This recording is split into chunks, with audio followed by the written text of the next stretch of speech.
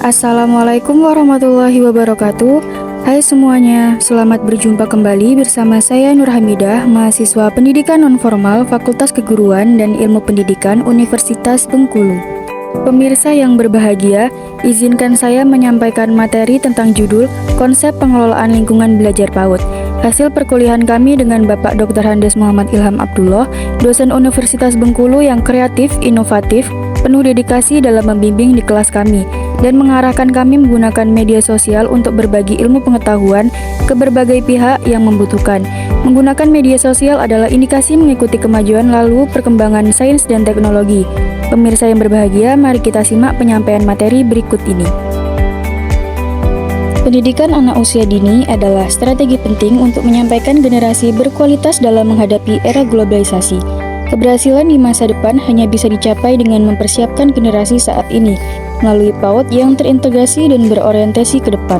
Pengelolaan PAUD mencakup administrasi dan pengaturan kegiatan untuk menciptakan lingkungan belajar yang mendukung.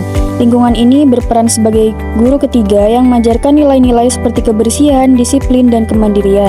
Oleh karena itu, lingkungan belajar di PAUD harus direncanakan dan dirawat dengan cermat untuk mendukung hasil belajar optimal baik di dalam maupun di luar kelas. Selanjutnya, konsep pengelolaan lingkungan belajar PAUD. Pemahaman konsep pengelolaan lingkungan belajar sangat penting bagi guru karena membantu mereka mengatur dan mengelola ruang belajar sesuai kebutuhan.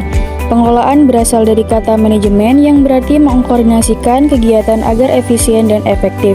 Lingkungan menurut Kamus Besar Bahasa Indonesia adalah tempat yang mempengaruhi pertumbuhan manusia jika digabungkan. Pengelolaan lingkungan belajar adalah proses menciptakan dan mengatur suasana yang mendukung perubahan tingkah laku belajar secara positif. Ini mencakup kegiatan dan sarana yang memungkinkan pelajar berkembang dalam lingkungan tersebut. Selanjutnya yaitu lingkungan belajar outdoor. Kegiatan di luar ruangan atau outdoor sangat penting untuk pengembangan dan pembelajaran anak. Lingkungan belajar outdoor harus dikelola dengan serius oleh sekolah dan guru agar efektif. Menggambar adalah salah satu cara anak mengekspresikan ide dan perasaan mereka seperti yang dikatakan Vygotsky. Lingkungan bermain luar ruangan yang terpadu membantu merangsang keingintahuan, penyelidikan, dan eksplorasi anak, serta mendukung penggunaan semua indera mereka dengan aman. Ruang luar memberikan kebebasan bergerak yang menyenangkan dan mendukung perkembangan motorik kasar anak.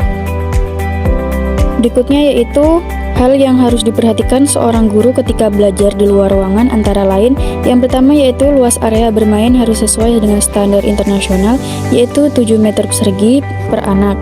Yang kedua, pastikan ruang bermain outdoor bebas dari binatang yang menyengat. Yang ketiga, bak pasir harus ditutupi ketika tidak digunakan dan tetap kering untuk mencegah perkembangan binatang kecil. Yang keempat, area basah harus dekat dengan sumber air, memiliki lantai yang tidak licin dan sanitasi yang baik untuk mencegah genangan air. Selanjutnya yaitu jenis-jenis permainan dan perlengkapan aktivitas di luar kelas. Yang pertama, permainan fungsional, latihan motorik kasar berulang. Yang kedua yaitu permainan konstruktif, adalah menggunakan bahan seperti cat atau pasir untuk dibentuk. Yang ketiga, permainan drama, bermain pura-pura biasanya di area tertutup. Yang keempat, permainan kelompok, adalah melibatkan banyak anak dan memiliki aturan seperti jungkat-jungkit. Nah, di sini ada juga 9 area aktivitas penting untuk permainan outdoor menurut Howard. Yang pertama yaitu area penggalian, yang kedua area permainan air, yang ketiga area drama, yang keempat area memanjat, yang kelima area mendorong atau menarik, mengendarai, yang keenam area konstruksi, yang ketujuh area lari bebas, yang kedelapan area berkebun, yang kesembilan area diam. Ada juga kelebihan dan kelemahan pembelajaran outdoor yaitu kelebihan yang pertama meningkatkan kekebalan tubuh, yang kedua mengoptimalkan pertumbuhan syaraf otak, yang ketiga mengembangkan kemampuan imajinasi. Kelemahannya yaitu yang pertama anak kurang fokus, yang kedua pengelolaan anak menjadi lebih sulit, yang ketiga waktu lebih banyak tersita. Selanjutnya, lingkungan belajar indoor. Lingkungan belajar indoor pada masa usia dini sangat penting untuk disiapkan dengan matang.